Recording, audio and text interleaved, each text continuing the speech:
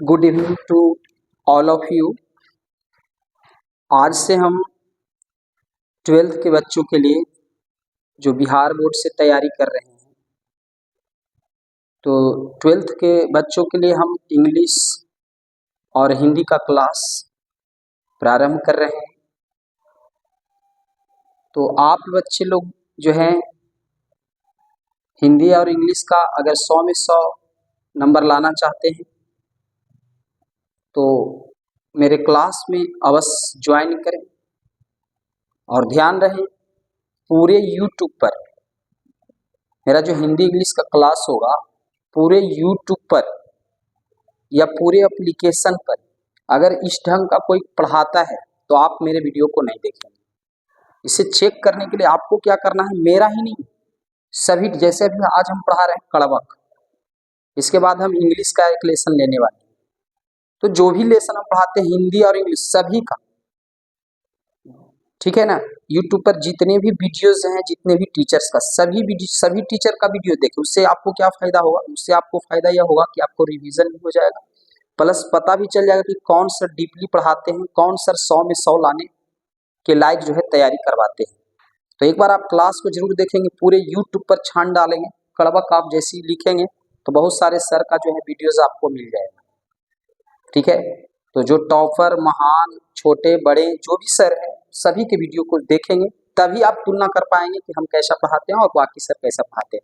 अगर उन सभी से अच्छा मेरा क्लास नहीं लगे तो आप मेरे क्लास को नहीं देखें, लेकिन हाँ, लास्ट तक आप इसको देखें और तुलना करने के बाद ही आप कहेंगे, आप बिल्कुल नहीं हट पाएंगे। तो आइए बिना देर किए हुए आज हम क्लास को प्रारंभ करते हैं। देखिए, आज का जो चैप्टर है पूरा अगर देख लिए तो इस चैप्टर से कुछ भी छूटने वाला नहीं। दूसरी बात, चलिए पहले हम स्टार्ट करते हैं। चैप्टर का नाम है कड़वक, ठीक है, जो कि बिहार बोर्ड के बच्चों के लिए जो 12th क्लास में उनका हिंदी बुक का पोयम का फर्स्ट लेसन है। काव्य खंड से गद खंड अभी हम स्टार्ट नहीं करें, पहले हम काव्य खंड देखें, उसके बाद गद खंड भी हम देखेंगे। तो सबसे पहला लेसन होता है कड़वक। कड़वक के लेखक है मलिक मोहम्मद जायसी, ठीक है जी। अब देखेंगे कि ध्यान से देखेंगे, और हम क्या बोले कि किसी टीचर से अगर तुलना करना चाहते हैं जिनके बारे में आप जानते हो कि बहुत अच्छे पढ़ाते हैं, ठीक है, देखिए हम ये नहीं बता सकते हैं कि कौन अच्छे पढ़ाते हैं, ये तो आप ही डिसाइड करें। हम भी कड़वक पढ़ा रहे हैं और कोई सर कड़वक पढ़ा रहे हैं जो आपके नज़रों में बढ़िया सर है, उनके वीडियोस और मेरे वीडियोस को दोनों को देखें। दोनों को देखने के बाद आपको पता है, एक ही क्लास को, एक ही चैप्टर को नहीं, हर चैप्टर, चाहे ग्रामर पढ़ाएं, हिंदी व्याकरण पढ़ाएं, सभी को तुलना करेंगे, तभी आपको पता चल पाएगा, ठीक है। तो आपको इससे क्या होगा, रिवीजन भी हो जाएगा, तुलना भी कर पाएंगे कि कौन जो है अच्छा एकदम क्लास दे रहे हैं, ठीक है, किससे हमको 100 नंबर 100% मार्क्स उठ सकता है। तो आइए देरी नहीं करते हैं। कड़वक का लेखक है मलिक मोहम्मद जायसी। देखिए बाबू, आप लोग ध्यान देंगे, ये जो कड़वक जो चैप्टर है, जो कविता आपके बुक में लिखी गई है, पता है वो कहाँ से ली गई है? वो पद्मावत नामक ग्रंथ से ली गई। अब देखिए, नहीं आप समझ पा रहे हैं तो आप समझिए। मान लीजिए कि मेरे हाथ में ये पद्मावत नामक एक ग्रंथ है, पद्मावत, इस ग्रंथ को भी लिखे हैं मलिक मोहम्मद जायसी, और इसमें बहुत सारा जो है ना, बहुत सारा कविताएं इसमें लिखी हुई है। तो एक कहानी, इसका जो पद्मावत जानेंगे ना, एक बेजोड़ कहानी के रूप में लिखा गया है। तो इसी किताब से निकाल करके ना आपके बुक में, आपका जो हिंदी का बुक है उसमें डाला गया है। तो आपको ये टेंशन फ्री हो गया कि यह जो कड़वक कविता ली गई है वो पद्मावत नामक ग्रंथ से निकाल कर आपके बुक में डाल दी गई, ठीक है। और ये पद्मावत के भी लेखक हैं मलिक मोहम्मद जायसी, चूंकि इसी से निकाला गया है तो इसके भी लेखक, इसी का नाम दिया गया है कड़वक, तो इसके भी लेखक होंगे मलिक मोहम्मद जायसी। चलिए समझ में आ गया कि कड़वक कहाँ से लिया गया है, पद्मावत से लिया गया। अब देखो बाबू, ध्यान देंगे, पद्मावत से लिया गया है तो पद्मावत कहानी के बारे में थोड़ा सा आपको जानना बहुत जरूरी है। अगर इसको नहीं जानोगे ना तो हम आइए 100% आपको कहते हैं कि इस कविता से आप पूरा नंबर नहीं उठा सकते, आपको कविता कभी भी नहीं समझ में आए। क्यों भाई? क्योंकि पद्मावत कहानी जब जानोगे तो देखिए, आपके जब कविता पढ़ेंगे तो कविता में आपका रतन सेन का चर्चा हुआ है, सुआ जो एक बुद्धिमान राजा था, इसकी चर्चा की गई है। अलाउद्दीन खिलजी जो कि दिल्ली के सुल्तान हैं, राजा हैं, इनकी चर्चा की गई। राघव चेतन जो कि एक गायक है, इनका चर्चा की गई। पद्मावती रानी जो रूप में बहुत सुंदर है, इसकी चर्चा की गई। देखिए लास्ट तक पहले इस क्लास को देखेंगे, ऐसी मत भाग जाए, पूरे क्लास को देखिए एक बार, है ना। और सभी गुरुजी का आप चेक कर सकते हैं। तो बाबू इन सभी के बारे में जानना हो तो आपको पद्मावत जो कहानी है, मोटी वाली जो अभी किताब दिखाएं, उस किताब का नॉलेज होना जरूरी है। कहेंगे आए सर एक कविता पढ़ने के लिए इतना मोटा हिंदी, बाबू उस पूरा मोटा पद्मावत को हम 5-10 मिनट में आपको समझाने वाले हैं, जरा ध्यान देंगे। देखिए क्या है बाबू, हम पद्मावत सुनाने जा रहे हैं, पहले लेखक के बारे में नहीं, कविता के बारे में नहीं, ध्यान रखेंगे हम पद्मावत के बारे में सुना रहे हैं। और हाँ एक चीज आओ, 20 मिनट 30 मिनट के वीडियो में एक चैप्टर खत्म करने वाले टीचर से सावधान भैया। अगर आपको शॉर्ट में एकदम देखना है, कम में देखना है तो दूसरे सर का देखना, मेरा तो लॉन्ग रहेगा भैया, डिटेल से रहेगा। बिना डिटेल से पढ़े 100 में 100 मार्क्स नहीं ला सकते हो। मेरा एक क्लास में तो खत्म ही नहीं होगा, मेरा कई क्लास चलेगा एक पोयम का, तब जाके। लेकिन हाँ पूरा देख लेने के बाद चुटकी में आ जाएगा। पहले आइए हम पद्मावत को शुरू करते हैं। तो जैसा कि आपको दिखाया, पद्मावत एक मोटी सी ग्रंथ है, उसमें किस चीज की कहानी है जो समझे। देखो बाबू उस पद्मावत में इसी बात की कहानी है कि एक पद्मा, यहाँ पे हम बताए थे ना पद्मावती, तो पद्मावती एक इसमें रानी है, लड़की है पद्मावती। पद्मावती जो है एक लड़की है जो काफी सुंदर है, ठीक है। ध्यान से कहानी सुनेंगे, क्योंकि बिना कहानी सुने हमने बहुत सारे देखे हैं, पूरे एप्लीकेशन छान डालो, चाहे यूट्यूब छान डालो, ये कहानी के बिना ही चैप्टर को पढ़ा दी जाती है, इसलिए कविता समझ में नहीं आती। आज हम इस कहानी को पहले समझाने जा रहे हैं और मेरा इसी तरह का सब क्लास रहेगा, ध्यान से देखें। पद्मावती एक लड़की है। अब देखिए पद्मावती जो है ना ये रानी है, क्योंकि इसी का शादी जो है किससे, रतन सेन से हुआ था। तो कैसे कैसे हुआ था, क्या स्टोरी थी, इसी को हम पहले जानेंगे। तो पहले देखिएगा पद्मावती का एक नाम और है पद्मिनी, ध्यान रखेंगे पद्मावती का एक नाम और है पद्मिनी। हम पद्मावत जो कहानी है, ग्रंथ का नाम है पद्मावत, और उस ग्रंथ के अंदर इसी कहानी को लिखा गया जो हम सुनाने जा रहे हैं। तो पद्मावती है, इसका एक नाम और है पद्मिनी, ध्यान रखेंगे। इनका जो जन्म स्थान था बाबू, जो जन्म लिया था, ध्यान देंगे, जो पद्मावती जन्म ली थी वो सिंघाला में ली थी जन्म। सिंघाला, सिंघाला क्या है बाबू, तो ये श्रीलंका का पुराना नाम है। तो इनका जन्म सिंघाला में हुआ था, इनका जन्म स्थान क्या था, सिंघाला था, ठीक है जी। इनके माता पिता, इनके माता का जरा हम नाम जान लेते हैं। तो इनके माता का नाम था जी चंपा देवी। क्या नाम था जी, चंपा देवी। किसके माता का नाम, पद्मावती जो लड़की थी खूबसूरत सी, उसकी मम्मी का नाम था चंपा देवी, ठीक है जी। ध्यान से सुनते जाएंगे, चंपा देवी। कहीं कहीं पर आपको चंपावती भी देखने को मिलता है, क्या मिलता है, चंपावती, ठीक है जी। उसी तरह से अगर हम इनके पिताजी का बात करें बाबू, इनके पिता का बात, तो इनके पिता का नाम था गंधर्व सेना जी, ध्यान रखेंगे इनके पिता का नाम था गंधर्व सेना। अभी तक हमने क्या कहा, हम पद्मावत का स्टोरी समझ रहे हैं। पद्मावत जो है एकदम एक मूवी, इस पर कई मूवी भी बन चुका है, ठीक है। लेकिन मूवी देखोगे तो मूवी में कुछ काल्पनिक चीजें, झूठी चीजें दिखाई दी गई है, उससे आपका कविता का माहौल और बिगड़ जाएगा। तो इसको ध्यान से सुनिए। हमने क्या बोला कि पद्मावत कहानी में एक पद्मावती नाम की लड़की है जिसका एक नाम और है पद्मिनी, ठीक है जी, जो काफी खूबसूरत है। उनका जन्म कहाँ हुआ था जी, सिंघाला में, ठीक है जी। ये उनके माता का नाम क्या है जी, तो चंपावती है। उनके पिता का नाम क्या है जी, तो गंधर्व सेना है।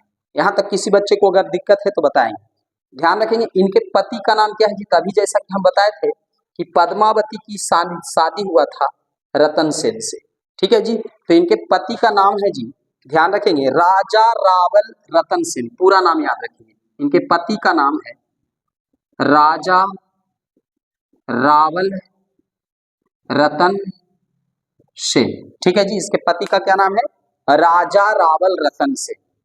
अच्छा, इसकी शादी कैसे हुई, इनसे पद्मावती की शादी रतन सेन से कैसी हुई, यही तो जानना है, यही तो काफी इंटरेस्टेड है। अच्छा ध्यान रखेंगे जी, इनकी मृत्यु, ये जो लड़की है पद्मावती, इनकी मृत्यु जो हुआ, इनका मृत्यु हुआ है, ये आपको लिखने की जरूरत नहीं है बाबू। ये जो हम लिख रहे हैं इसको लिखने की जरूरत नहीं, बस इसको सुनना है। क्यों सुनना है, क्योंकि इसी से कनेक्शन है आपकी कविता का, और बिना इसे सुनाए बच्चे को कभी ये पढ़ाना नहीं चाहिए। बच्चे की भविष्य खराब नहीं करने, शॉर्टकट नहीं। देखिए फुटहरा टीचर से बचेंगे, जो शॉर्ट में आते हैं थोड़ा सा लेखक के परिचय में देखिएगा 25-30 मिनट में थ्योरी के साथ ऑब्जेक्टिव करवा दी जाती है, वैसे भैया हम नहीं करते। ध्यान रखेंगे आपको ऐसा पढ़ाया जाएगा कि आप एकदम टीचर बन जाएंगे। ध्यान दें, इनका मृत्यु हुआ था 1303 में। किनका मृत्यु सर? ये जो सुंदर सी रानी थी पद्मावती, इनकी मृत्यु हुई थी 1303 में हुआ था।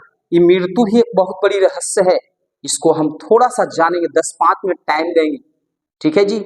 लेकिन अगर इसको जान जाते हैं ना तो आपका जो कविता है आहा गजब, आप एकदम लेखक की तरह, एकदम टीचर की तरह आप एक्सप्लेन कर पाएंगे।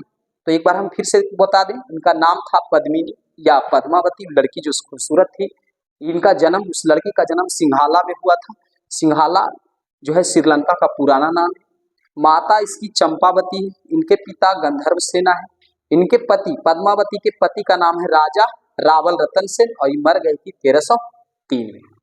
तो यहाँ से दो ही चीज हमको मुख्य रूप से जानना है कि इस कविता को बढ़िया समझने की, इनके पति राजा रावल रतन सेन कैसे बना, इतना सुंदर सी लड़की से इनकी शादी कैसे हुई, और ये 1303 में मरे तो कैसे मरे। अगर ये दो चीज भी समझ जाते हैं तो समझिए कि यह जो चैप्टर है पूरा कंप्लीट हो जाएगा।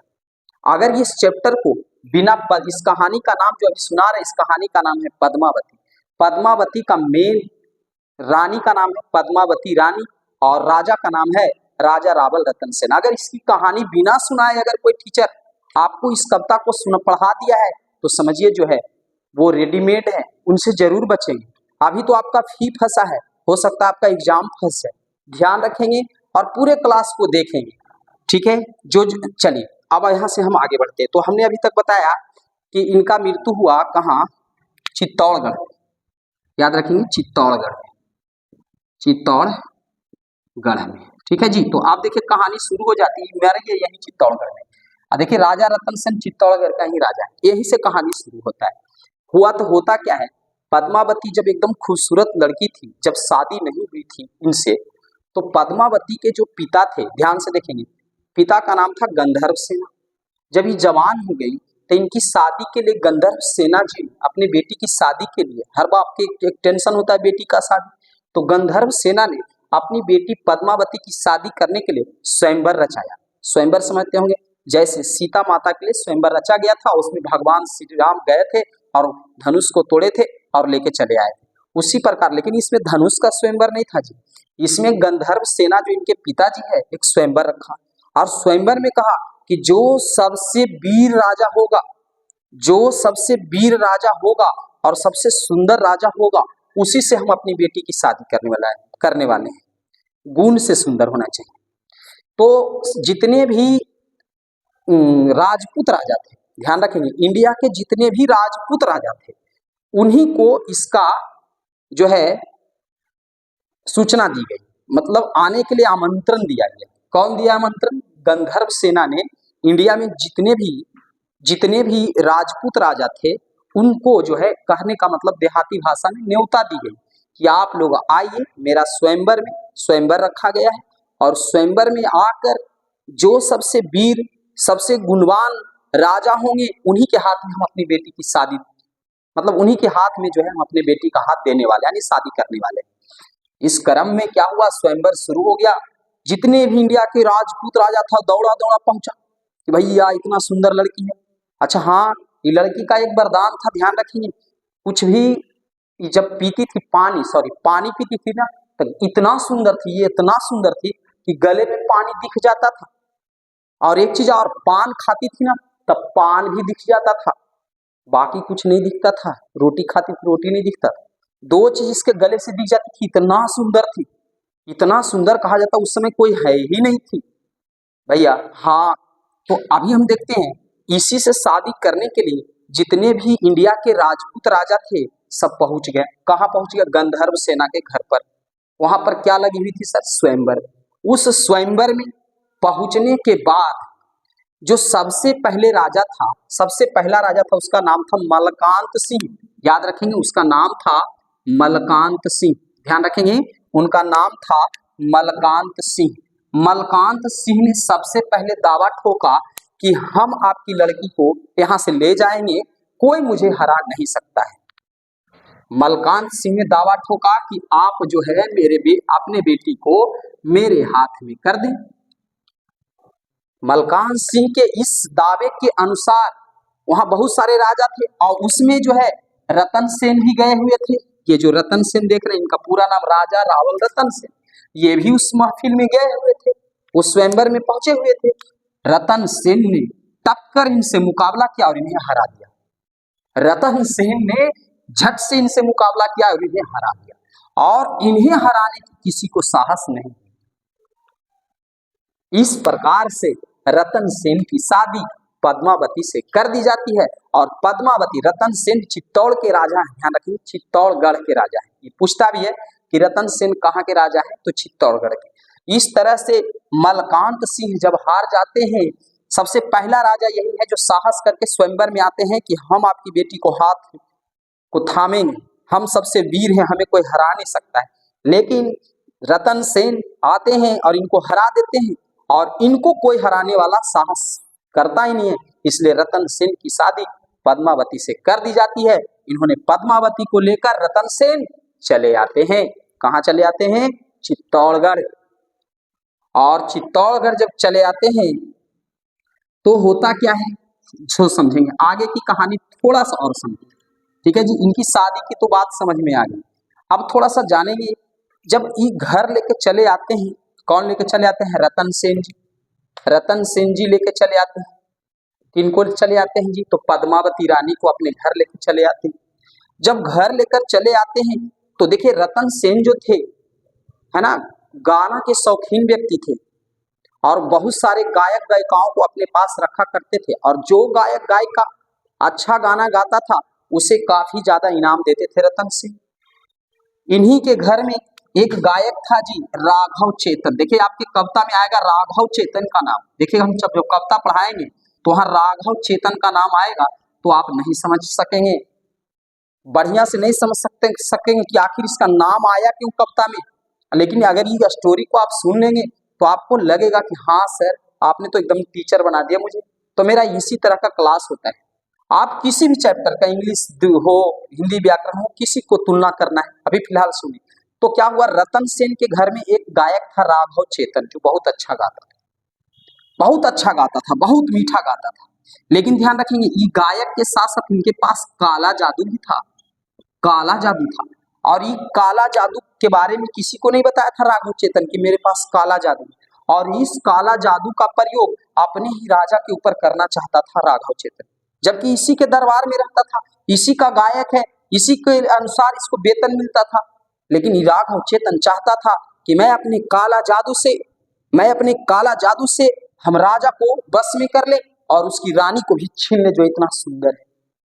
लेकिन जब रतन सेन को किसी तरह पता चल जाता है तो वह जो है रतन सेन ने इसे काफी खतरनाक सजा देता है और इसे जो है माथा को मुंडवाकर गधे पर बैठाकर चित्तौड़गढ़ से बाहर कर दिया जाता है।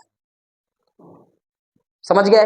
राघव चेतन को काफी ज्यादा इंसल्ट होता है, वह जो है दिल्ली के नजदीक चला जाता है और दिल्ली में उस समय दिल्ली का एक राजा था जिसका नाम था अलाउद्दीन खिलजी।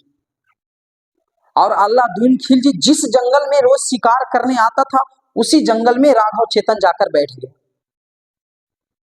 अब राघव चेतन, देखिए इसको सुनना बहुत जरूरी है, राघव चेतन चाहता था, क्योंकि उस समय अलाउद्दीन खिलजी मुस्लिम शासक है, मुगल शासक है, मुसलमान राजा है, तो मुसलमान राजा में से उस सबसे शक्तिशाली राजा था कौन? अलाउद्दीन खिलजी। और राघव चेतन चाहता था कि अलाउद्दीन खिलजी को ले जाकर रतन सेन को मरवा दे। इसने क्या चाल चला, दिल्ली के नजदीक एक जंगल था, उसी जंगल में रहने लगा और उसी जंगल में अलाउद्दीन खिलजी आता था। मैं यहाँ पे नाम लिख देता हूँ,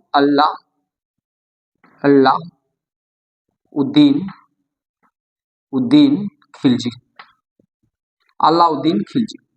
अलाउद्दीन खिलजी जो ये राजा है जी, ये दिल्ली के राजा था और यह एक जंगल में रोज रोज आता था शिकार करने के लिए। उसी जंगल में राघव चेतन एक बांसुरी लेकर इतना मीठा स्वर में, चूंकि एक गायक था, इतना मीठा स्वर में बजाया, अलाउद्दीन खिलजी जब सुना तो उसके सारे रोम खड़ा हो गए।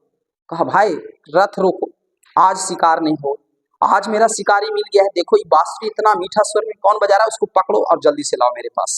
इन्होंने अपने सैनिकों को आदेश दिया, अलाउद्दीन खिलजी ने। तो अलाउद्दीन खिलजी के जो सैनिक थे वह राघव चेतन को अरेस्ट कर लेते हैं, अरेस्ट करके जो है ले जाते हैं दिल्ली के दरबार में। दिल्ली के दरबार में राघव चेतन जाते हैं तो कहते हैं, हो आप इतने वीर राजा हैं, आपको मेरी क्या आवश्यकता है? तो बोला अलाउद्दीन खिलजी कि भाई तुम्हारे जैसा कोई गाता नहीं। तो बोला सर आप तो इतना, आपके दरबार में इतना व्यवस्था है, एक गायक भी आ गया इतना सुंदर, आपको बस एक चीज की कमी है। तो अलाउद्दीन खिलजी ने कहा क्या?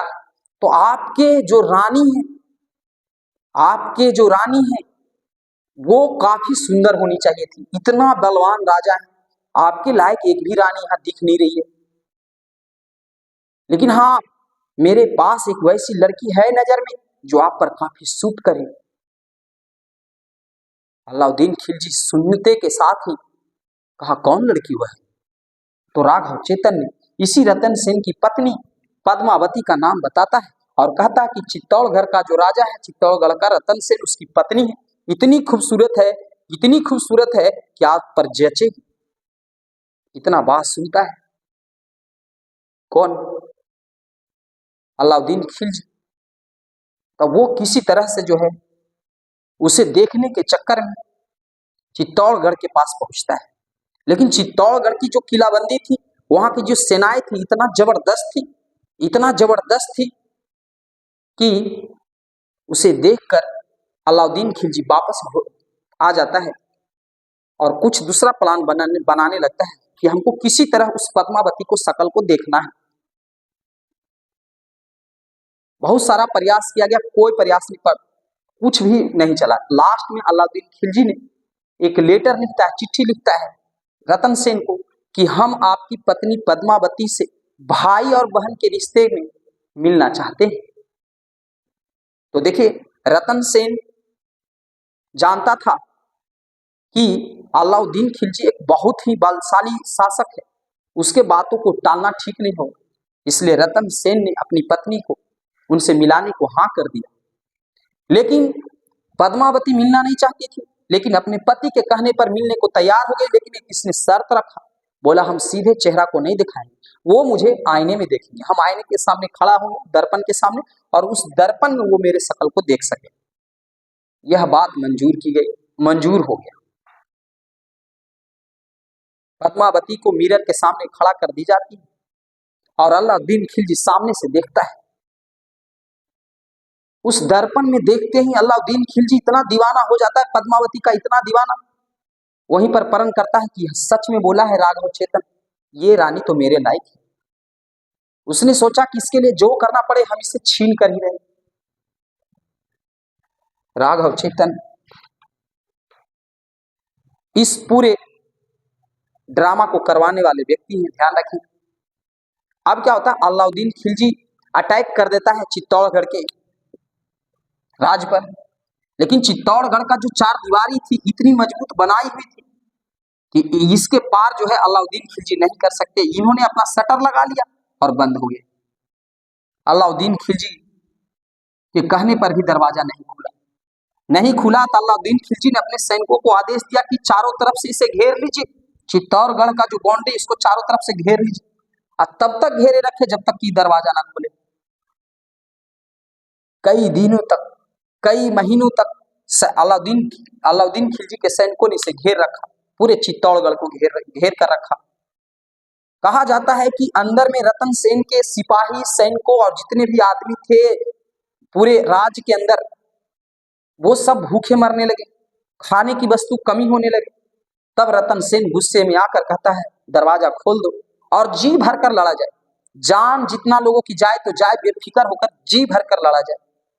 लेकिन उससे पहले पद्मावती ने बोली कि नहीं, रुक जाइए, रुक जाइए, गेट खोलने से पहले हम और इस पूरे चित्तौड़गढ़ में जितने भी स्त्रियां हैं सब जो है, सब के सब जो है आग में कूदकर जान दे देंगे, लेकिन उसके नजर हम नहीं लगने वाले, क्योंकि हम जानते हैं वो बहुत बलशाली अंदर आएगा तो मुझे उठा कर ले जाए। और इसे कोई रोक नहीं सकता है। पद्मावती ने ऐसा आदेश दिया, क्योंकि ये भी रानी थी किसका, रतन सेन। और पद्मावती हजारों जितने भी महिलाएं थे पूरे चित्तौड़गढ़ के अंदर, पूरे चित्तौड़गढ़ में जितनी स्त्रियां थी सब के साथ आगे आगे पद्मावती, पीछे से सभी स्त्रियां अपने आप को आहुति दे देती है, आग में जल जाती है। कब, 1303 ईस्वी में मर जाती है। तो ये थी आपका पद्मावत का एक स्टोरी, और इसी पर मूवी बन चुका है आजकल। पद्मावत मूवी बन चुका है, लेकिन उसमें कुछ फॉल्स चीजें दिखाई गई। अब जरा इस कविता को पढ़ें, इसमें राघव चेतन आएगा तो समझ जाएंगे राघव चेतन कौन है, गायक है। रतन सेन का नाम आएगा तो समझ जाएंगे रतन सेन राजा। क्लियर है। एक का नाम और आएगा बाबू, सुआ, सुआ राजा। तो इसके बारे में ही थोड़ा सा आप जान लें, छोटी सी स्टोरी इनकी भी है, इसे भी थोड़ा सा जाने, तब इस कविता में पूरा दम आ जाए। देखिए, सुआ जो राजा था, कहा जाता है कि ये बुद्धि में सबसे आगे था। इतना बुद्धिमान था कि लोग, दुनिया के लोग जो है इनके पास आता था फैसला करवाने की। एक दिन की बात है, दो स्त्री इनके दरवाजा पे पहुंच गए। रोते हुए दो स्त्रियां पहुंची, और दोनों जो है आपस में झगड़ रहा था। एक बच्चे लिए हुए था, ये स्त्री बोल रही थी कि ये बच्चा मेरा है, अब वो स्त्री बोल रही थी कि यह बच्चा मेरा है। सुआ जो कि बुद्धिमान, बुद्धि के लिए फेमस थे, ये सोच में पड़े, लेकिन नहीं, सोच में नहीं पड़ते, बुद्धिमान तो बुद्धिमान ही होते हैं। इसने कहा कि ऐसा करते हैं, ये फैसला बड़ा मुश्किल है।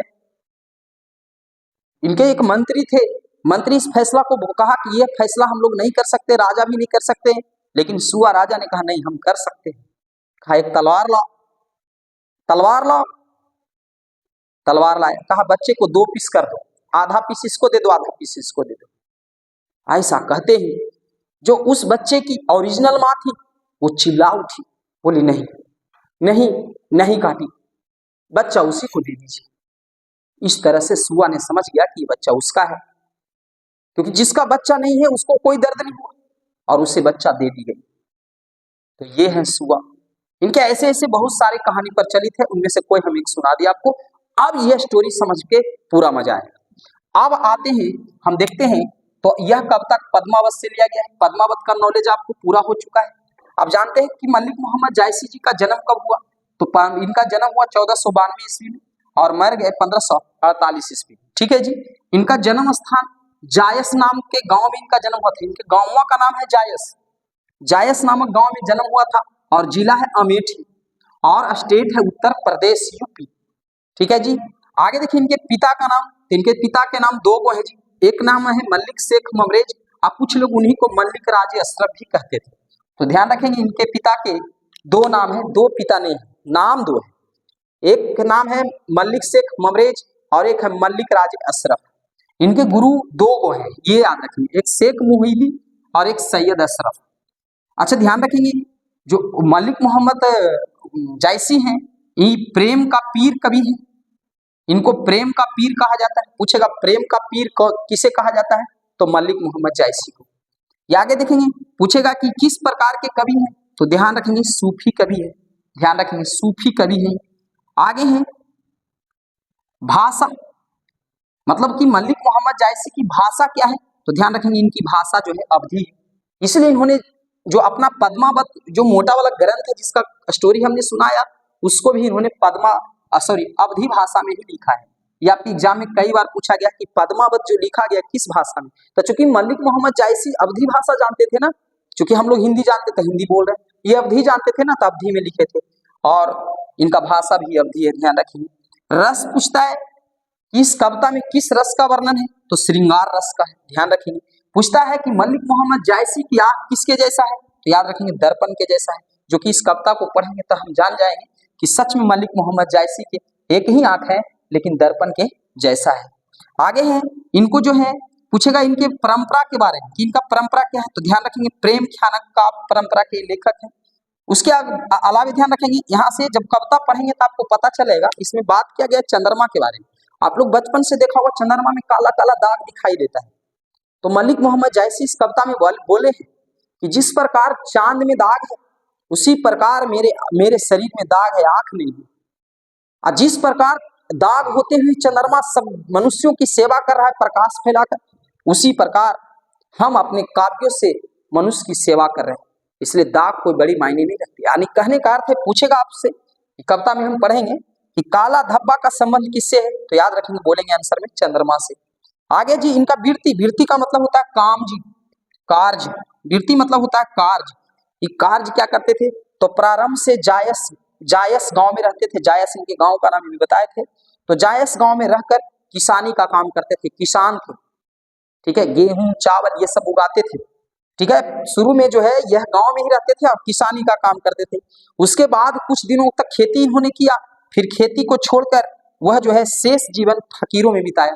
फकीर मुस्लिम है ना, ध्यान रखेंगे। तो मुस्लिम में जो साधु, हिंदू में साधु कहलाता है, लेकिन हिंदू मुस्लिम में क्या कहलाता है, फकीर। तो ये फकीर बनकर, साधु बनकर जो है अपना जीवन बिताया। ध्यान रखेंगे इनके बारे में कुछ और जाने। यह बचपन से ही अनाथ हो गए थे, यानी जब बच्चे थे तो इनके माता पिता जो है गुजर गए थे। देखिए इनको साधु एवं फकीरों के साथ भटकते हुए जीवन बिताना पड़ा, क्योंकि माता पिता मर गए। इसलिए साधु फकीरों के साथ, साधु होगा हिंदू धर्म में, फकीर होगा मुस्लिम धर्म में, इन सभी के साथ जो है भटकते हुए जीवन बिताना पड़ा। देखिए जी चेचक के कारण ये रूपहीन हो गए थे। रूपहीन, इनका रूप देखने में ठीक नहीं लगता था, चेचक हो गया था, गड्ढा गड्ढा हो गया था, रूपहीन हो गए थे। इनको बाईं आंख गायब था और कान भी विहीन था, मतलब बाईं आंख और कान जो है इनके गायब थे, मतलब खराब हो चुके थे। आगे देखेंगे, कहा जाता है कि मलिक मोहम्मद जायसी के कितना रचना लिखे तो पता नहीं, लेकिन 21 रचनाओं का उल्लेख मिलता है, यानी उनका सबूत मिलता है अभी भी। 21 रचनाएं, रचनाएं कहने का अर्थ है, नहीं समझ में आए तो समझना किताब, या उनकी जो प्रमुख प्रमुख कहानी, जैसे पद्मावत अभी सुना है तो उनकी एक रचना हो। तो इस प्रकार के 21 रचनाओं का उल्लेख मिलता है। ठीक है जी, ध्यान रखेंगे। पूछेगा कि मलिक मोहम्मद जायसी के कितने रचनाओं का उल्लेख मिलता है, तो ध्यान रखेंगे 21 रचनाओं का उल्लेख मिलता है। इससे कई ज्यादा लिखे होंगे, लेकिन बाकी का पता नहीं चला क्या हुआ नहीं।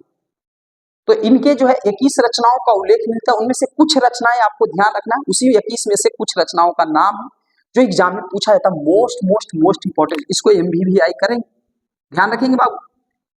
क्या है इनके प्रमुख नाम, सबसे पहला पद्मावत, जिसका स्टोरी हमने अभी सुना, पूछेगा एग्जाम में पद्मावत के लेखक तो मलिक मोहम्मद जायसी। इनका एक और रचना है आखिरी कलाम, एक है चित्ररेखा, एक है अखरावत, एक है इरावत, एक है चंपावत, और एक है होलीनामा, एक है कहरनामा।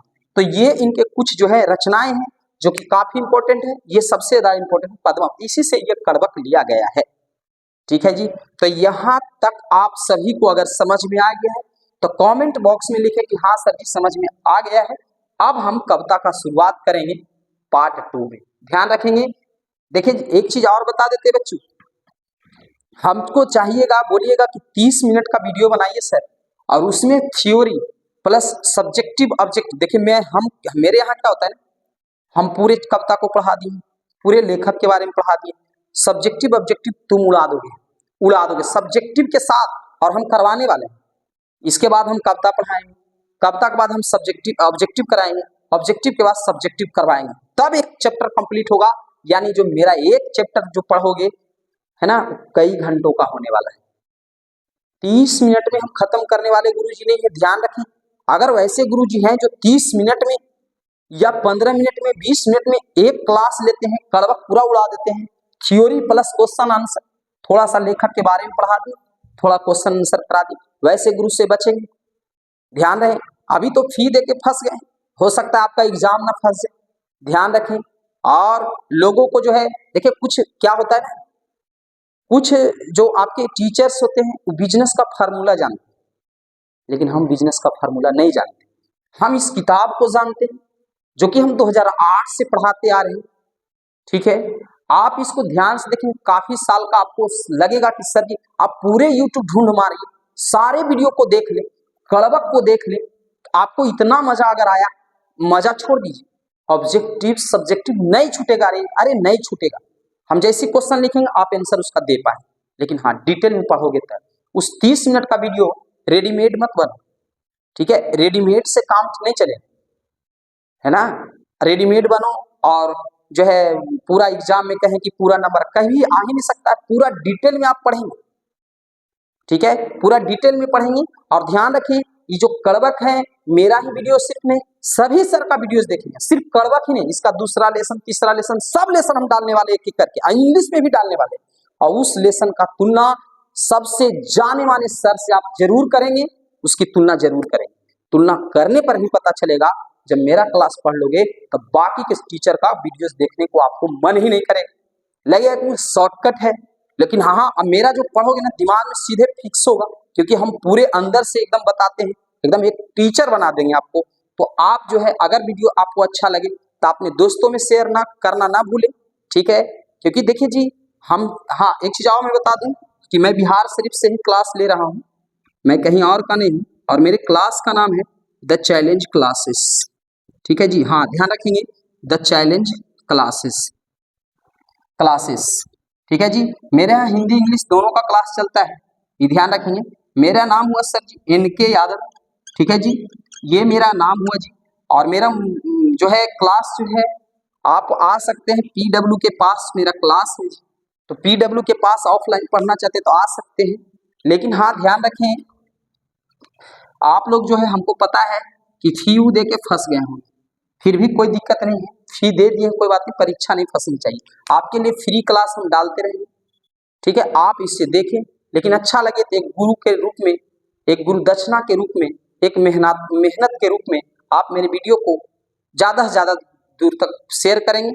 और वैसे गुरु जो शॉर्टकट में पढ़ाते हैं उनके पास अवश्य इस क्लास को शेयर करेंगे, ताकि वह अगले बार से उस वीडियो को हटाकर इस तरह से क्लास को डालें, ठीक है। जो सर जी इस तरह से नहीं पढ़ाते हैं, उनका वीडियो यूट्यूब पर दिख रहा है, तो उनका कॉन्टेक्ट नंबर आप ले करके उनके यहाँ ये वीडियो जरूर भेजेंगे, ठीक है। क्योंकि हम ये चाहते नहीं हैं कि बच्चे को फुटहरा पढ़ा दी जाए। आज के लिए इतना ही, नमस्कार। हम पार्ट 2 में आगे बढ़ेंगे।